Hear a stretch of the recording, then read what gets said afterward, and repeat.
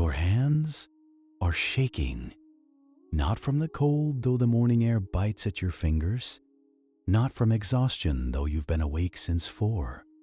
They're shaking because of what's in the bucket. Milk, white, pure, innocent, except it isn't.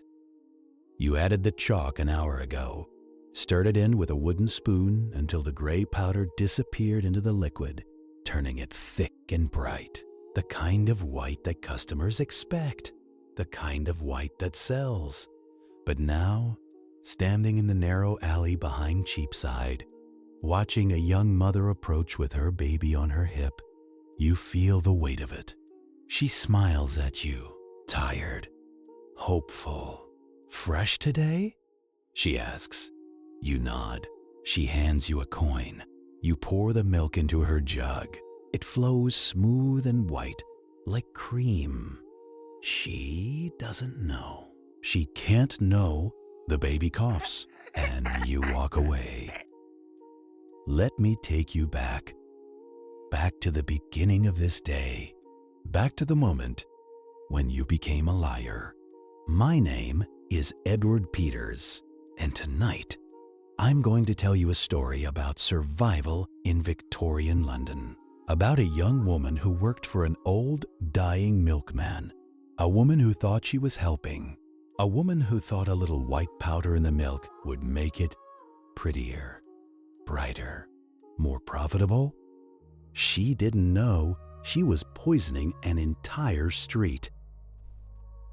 This is not a story about villains. This is a story about desperation, about how hunger makes liars of us all. So, if you're lying in bed tonight, warm and safe, with clean water in your tap and food in your fridge, let me show you what it was like when survival required compromise, when being good wasn't enough. Before we return to that alley, I need you to step back, take a deep breath. You are not in Victorian London yet. You are here in your own time. Feel the mattress beneath you. It is soft. It is clean. There are no drafts crawling under your door. No soot staining your sheets. You are safe. Whatever worries you carried today, whatever small lies you had to tell to get through your own day, let them go. They don't belong here. Here, in this space we've created, there is no judgment, only history. Close your eyes. Imagine the darkness of your room is getting heavier, thicker. It's turning into a fog. Not a frightening fog, but a blanket. A thick, gray velvet blanket that wraps around the world, muting the noise. We are drifting back now. Back to 1858. The air changes. Can you feel it? It becomes damp, heavy. It smells of wet coal and horse damp. We are in London, but not the London of palaces and parks. We are in the East End. The streets are narrow here. The buildings lean toward each other, blocking out the sky. It is November. The famous pea soup fog has settled over the city. It muffles everything. The rattle of carriage wheels sounds miles away. But gas lamps are just faint yellow halos floating in the gray. You are floating down through the fog towards a small crooked building on a side street. A dairy shop. The sign above the door is peeling paint. Higgins and Son. Quality milk. But there is no sun. And the quality, well, we will get to that. You pass through the roof, through the wooden beams, into a tiny attic room. Congratulations! You are awake. It is 3:30 in the morning. You are lying on a straw mattress that smells of old dust. It's cold up here. So cold that the moisture from your breath has frozen into frost on the blanket near your mouth. You don't want to move. Your body is heavy, curled into a tight ball seeking warmth. Listen. From the room below, you hear a sound. A dry, rattling cough. That is Mr. Higgins, the owner, the man who taught you everything. He is dying. His lungs are turning to stone from years of breathing coal dust and damp air. He cannot work anymore. He cannot lift the heavy iron churns. He cannot walk the 6 miles to the railway station to collect the milk churns from the country train. It's all on you now. The business, the rent, his medicine. If you don't get up, he doesn't eat.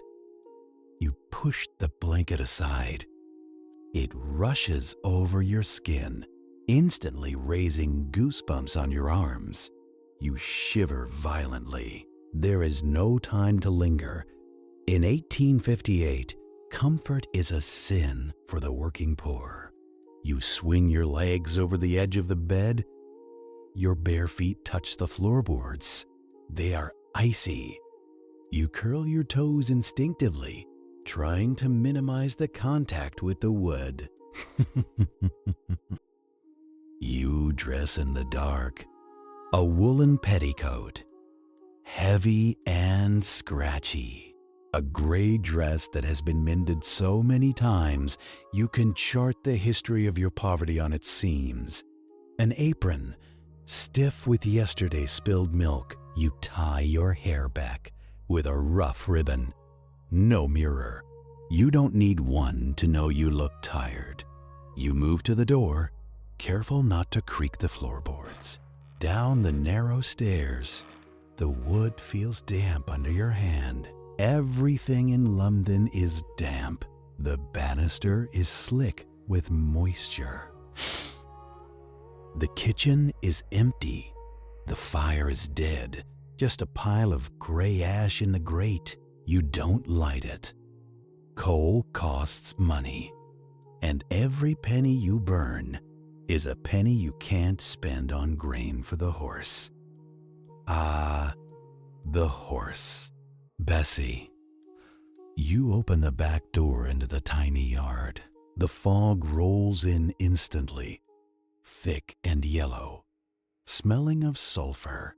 It tastes metallic on your tongue. In the lean-to shed, Bessie is waiting. She is an old cart horse, her ribs showing through her coat like the hoops of a barrel. She snorts when she sees you, a cloud of steam puffing from her nostrils. You rest your forehead against her worn neck for a second. It is the only warmth you will feel this morning. "Sorry, girl," you whisper. "Not much today." You feed her a handful of oats. Just a handful. It's not enough. You know it's not enough. She eats it greedily, her lips searching your palm for more. But there is no more. You harness her in the dark. The leather straps are stiff with cold. Your fingers fumble with the buckles.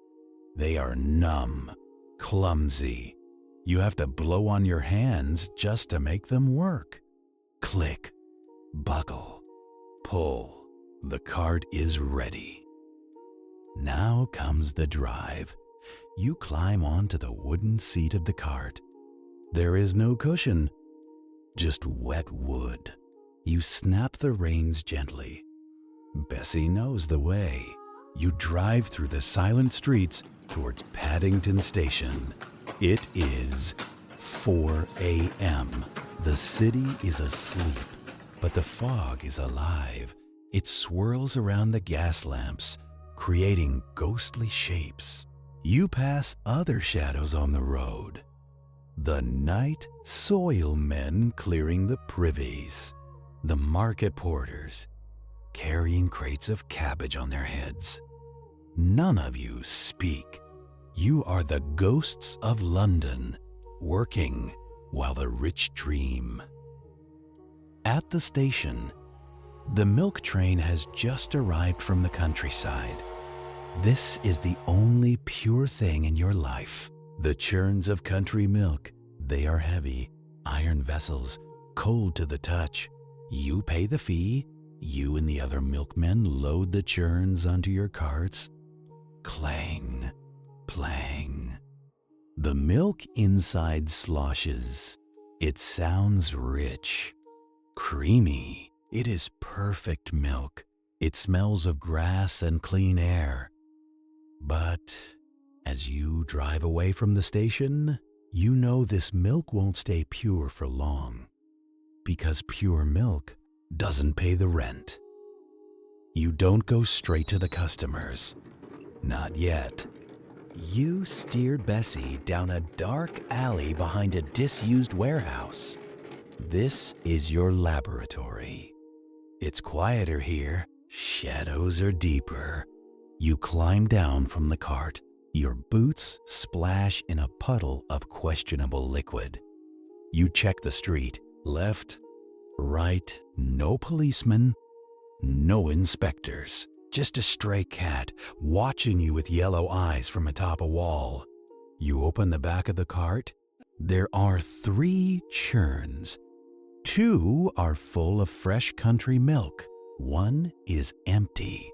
This is where the magic happens, or rather, the alchemy of poverty. You reach under the seat and pull out your tools. A bucket of water you drew from the public pump earlier. It's not clean water. It has a brownish tint, swimming with things you try not to think about. And the bag, a small canvas sack hidden under a pile of sacking. You untie the string. Inside is a fine white powder. Chalk, ground up whiting. It looks like flour. It feels like dust. You begin the mixture. You pour the water into the empty churn. Splosh.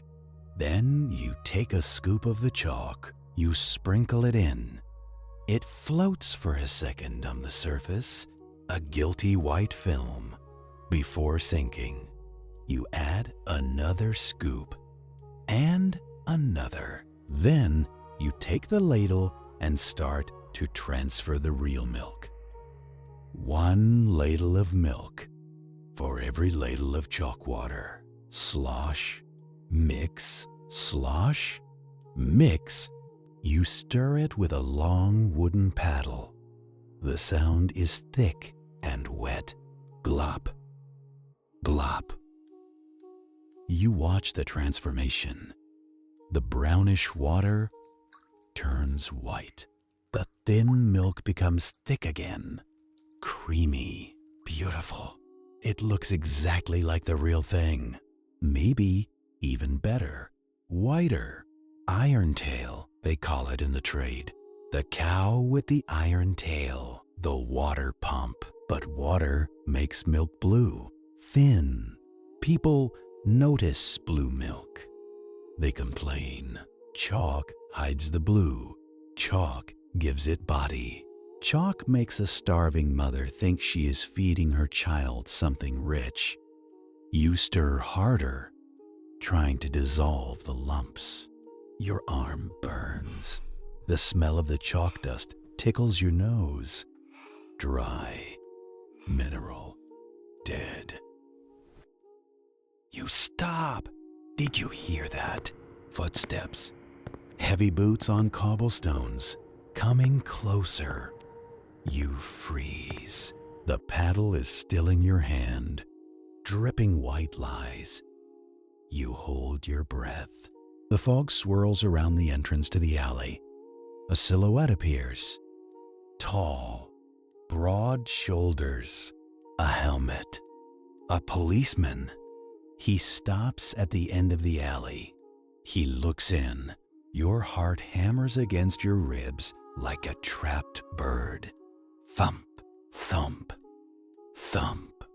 If he comes closer, if he looks in the bucket, if he sees the bag of chalk, it's prison or a heavy fine that will put Mr. Higgins on the street within a week.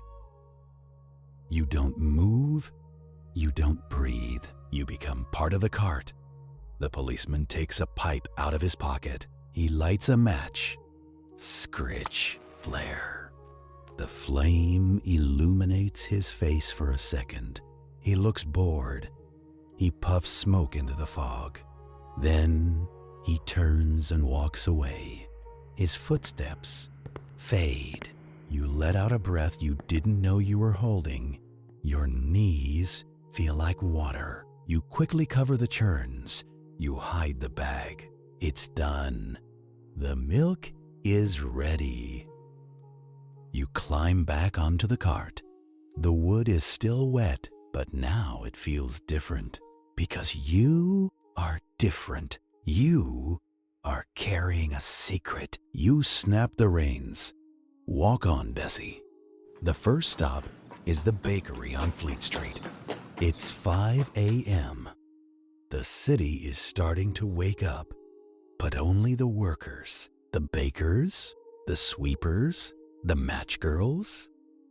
The bakery smells of yeast and hot flour. It's a good smell, an honest smell. It makes your stomach growl, a sharp, twisting pain that reminds you that you haven't eaten since yesterday afternoon. The baker, Mr. Thorne, is waiting at the back door. He is a big man, covered in white flour that is actually real flour, not chalk. "Morning, lass," he grunts. He looks at your churns. The usual? You nod. Your throat feels tight. The usual. Mr. Thorne. You lift the heavy churn, the one with the special mixture. Your muscles strain. The metal handle digs into your palm. You pour it into his metal pail. It flows thick and white. He dips his finger in and tastes it. Your heart stops. This is it. He'll taste the chalk. He'll taste the water. He smacks his lips. He frowns. "Bit watery last week," he says, eyeing you. "Customers complained the buns didn't rise right." You force a smile. It feels like a mask made of clay. "It's the winter feed, sir.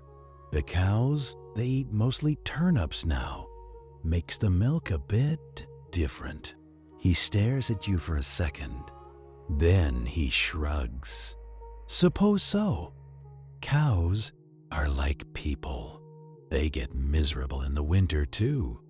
He pays you." The coins are warm from his pocket. You take them, but they feel cold in your hand. You leave the bakery, one down, 50 to go. The fog is lifting slightly, turning from yellow to a bruised purple as the sun tries to rise. It won't succeed. Not today. You drive into the residential streets, the tall, narrow houses of the middle class. These are the people who can afford milk delivery. They leave jugs on their doorsteps. Ceramic jugs, blue and white china. Some cover them with lace cloths to keep the soot out. You jump down from the cart, run to the door, pour the milk, run back. It's a rhythm. Jump, run, pour, run, jump. Your boots are heavy. Your skirt is wet with mud at the hem. It slaps against your ankles with every step. Slap, slap. At number 14, the maid is scrubbing the steps. She is on her knees, just like you were this morning. Her hands are red and raw. She looks up as you approach. "Late today," she says, wiping a strand of hair from her face with a soapy hand. "Sorry," you mumble. "Traffic at the station." Another lie. She watches you pour the milk into her mistress's jug. She watches the white stream closely. "It looks thick," she notes. "Cream rises to the top," you say quickly. Too quickly. She sniffs. "Doesn't smell like cream. Smells like dust." You freeze mid-pour. A drop of milk spills onto the pristine white step. She looks at the drop, then at you. Her eyes are sharp. She knows poverty. She knows tricks. "Don't worry," she whispers, leaning in. "I won't tell. My mistress, she's got too much money anyway. But," she points to the jug, "don't give this to the baby. Understand? The baby is sick already." You stare at her. The ladle shakes in your hand. I have a separate churn," you lie, "for the nursery." You run back to the cart. You open the other churn, the one with the real milk. The one you were saving to mix later. You pour a ladle of pure milk into a small cup for her. She nods. A silent pact between servants. You drive away faster than usual. Your hands are sweating inside your gloves. You drive for blocks without stopping. You need to put distance between yourself and that house, between yourself and that truth. The baby. The thought circles in your mind like a fly. You try to swat it away. "It's just chalk," you tell yourself. "It's just calcium. It builds bones. It's not poison." But you know about the water. The water from the pump near the graveyard. The water that smells faintly of decay in the summer.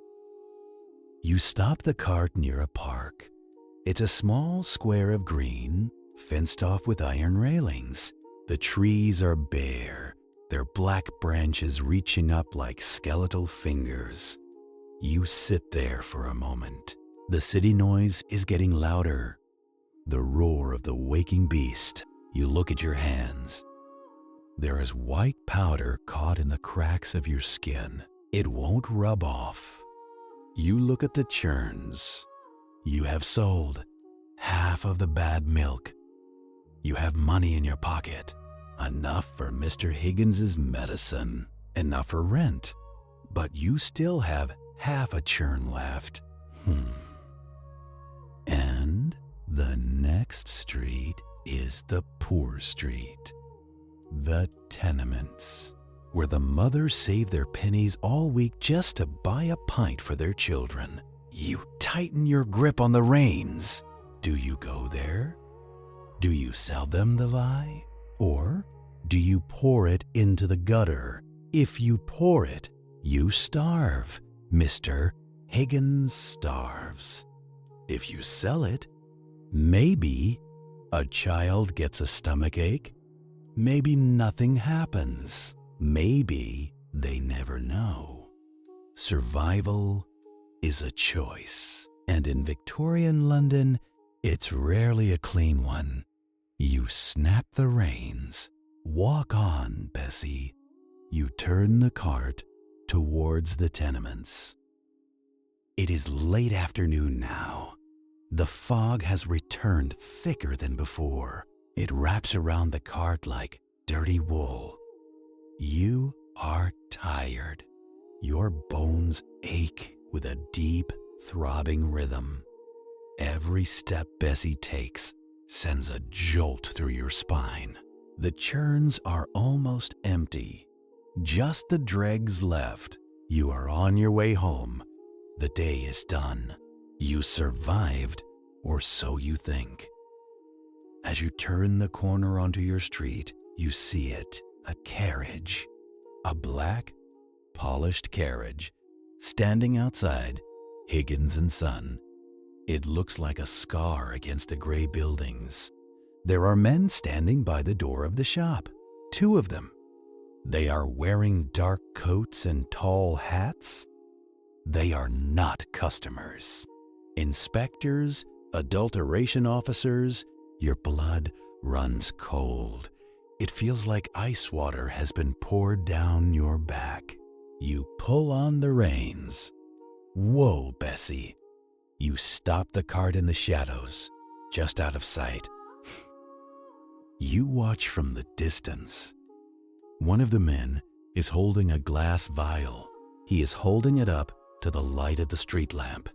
Inside the vial is a white liquid, milk. He shakes it. He looks at it closely. Then he writes something in a notebook. Your hands grip the reins so hard, your knuckles turn white. Are they testing, mister? Higgins's supply? Or did they buy a sample from you earlier, disguised as a customer? Did you sell milk to a man in a gray coat this morning? You try to remember faces, but they are all a blur of hands and coins. The door to the shop opens. Mr. Higgins appears. He is leaning on a stick, looking smaller and frailer than ever. He is coughing. The inspector speaks to him. Mr. Higgins shakes his head. He looks confused. He points down the street towards where you should be coming from. He is waiting for you. He trusts you. He doesn't know what you've done. Panic rises in your throat like bile. If you go there now, with the empty churn still coated in chalk residue, they will know. They will test the dregs. They will find the sediment. And Mr. Higgins, the shock might kill him, or the shame. You look at the cart. You look at the drain in the gutter next to you. Quickly. You climb down. You grab the water bucket. You pour water into the churns. You slosh it around, rinsing the sides. The white water spills out into the gutter, mixing with the filth of the street. It swirls away into the darkness. You do it again and again until the churns are clean, until the evidence is gone. You are shaking. Your breath comes in ragged gasps. You wipe your hands on your apron, trying to rub away the guilt, but you can't wipe away what you've done. You get back on the cart. You compose your face. You drive up to the shop. The inspectors turn to look at you. Their eyes are cold, assessing. Higgins's girl? One asks. Yes, sir, you whisper. He walks over to the cart. He looks into the empty churns. They are wet, clean. He sniffs them. He runs a gloved finger around the rim. He looks at you. He knows. You can see it in his eyes. He knows you washed them. He knows why. But he has no proof. He looks at Mr. Higgins, shivering in the doorway. He looks at the pitiful horse. He looks at your red, raw hands. He sighs. It is a sound of weary resignation. Be careful with your suppliers, Higgins, the inspector says, turning away. We've had reports of bad batches in the area. Chalk, water, poison. He taps the side of your cart with his cane. Tap, tap. Make sure your churns stay clean, girl. Next time, we might not be just looking. They get into the carriage. They drive away. You sit there, frozen. Mr. Higgins smiles at you weakly. "Good girl," he wheezes. "Always keep them clean. That's the secret. Hygiene." You nod. You can't speak. You have survived, but something inside you has broken. The carriage disappears into the fog, and the street feels hollow again. Mr. Higgins keeps smiling, as if the world has spared him on purpose. "Come inside," he rasps. "You must be frozen." You nod. You lead Bessie into the yard first. Your hands move on their own now, unhooking straps, loosening buckles, rubbing warmth into stiff leather. Bessie lowers her head, exhausted. You press your cheek to her neck again. Just for a moment. Her body is warm. Yours is not. Inside the shop, the air smells of sour milk and damp wood. The counter is sticky. The floor is always slightly wet. Mr. Higgins lowers himself onto a chair, as if his bones are made of chalk. He coughs into a cloth. When he pulls it away, you see a small, dark stain. He tries to hide it. You pretend not to notice. He looks at your face. They asked questions. "Just routine," you say. Your voice is steady. You surprise yourself. He reaches into a tin box under the counter and counts the coins you brought. "Good," he whispers. "Good girl. We'll pay the rent." He says it like rent is a hungry animal that has been kept calm for another week. You watch his hands. They are thin. The nails are yellowed. On the shelf behind him, you see your canvas sack. The chalk. It sits there quietly, like flour, like innocence. You imagine the baby's cough again. Small, wet, helpless. Your stomach tightens. You look away. You fill the kettle with water from the pump behind the shop. The water hits the metal with a dull, empty sound. You set it on the small stove. A weak flame licks the bottom. Coal is precious. Heat is rationed. You make porridge. Thin, gray, more water than oats. Mr. Higgins eats slowly, as if each spoonful is a negotiation with his lungs. You eat standing up. You don't taste anything. All you can taste is dust. When he finally dozes off in his chair, you cover him with an old blanket. Then you clean. You scrub the ladle. You rinse the churn lids. You wipe the counter until your fingers sting. It's not just work, it's penance. And while you scrub, you make a promise to yourself. Tomorrow, you will not use chalk for the nursery houses. Tomorrow, the smallest mouths will get the purest milk. You don't know if it will save anyone, but it might save something in you. At last, you climb the narrow stairs back to the attic. Your body feels hollow. Empty churns, empty arms. You lie down on the straw mattress. The straw crackles softly, welcoming you like a familiar animal. Outside, London keeps breathing. A cart rolls by. A distant shout. A dog barking once. Then silence. You pull the blanket up to your chin, and in the dark, you whisper, So quietly the room barely hears it. I didn't mean to. Listen to the city fade. The wheels stop turning. The footsteps disappear into the fog. The dog stops barking. Even the guilt, it starts to quiet down. Because the day is over. Whatever you did, whatever you had to do, it is done. It belongs to yesterday now. The fog outside thickens, pressing against the window like a soft gray hand. It holds the house still. It holds you still. You can feel your breathing slow down. In, out. The cold is still there, but under the blanket, you are creating your own warmth, a small private island of heat in a frozen world.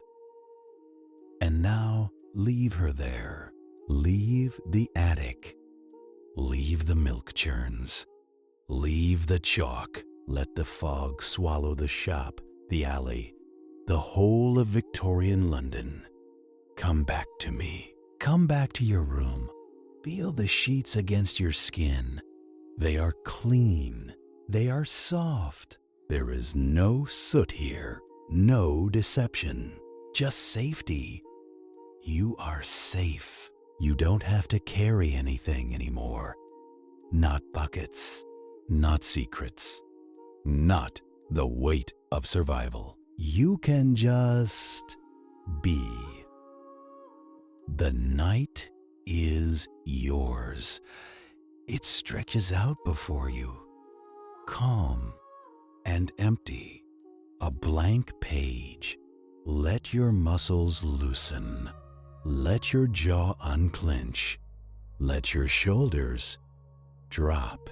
Deep rest is waiting for you, like a warm tide washing over the cold stones of the day. Drift now.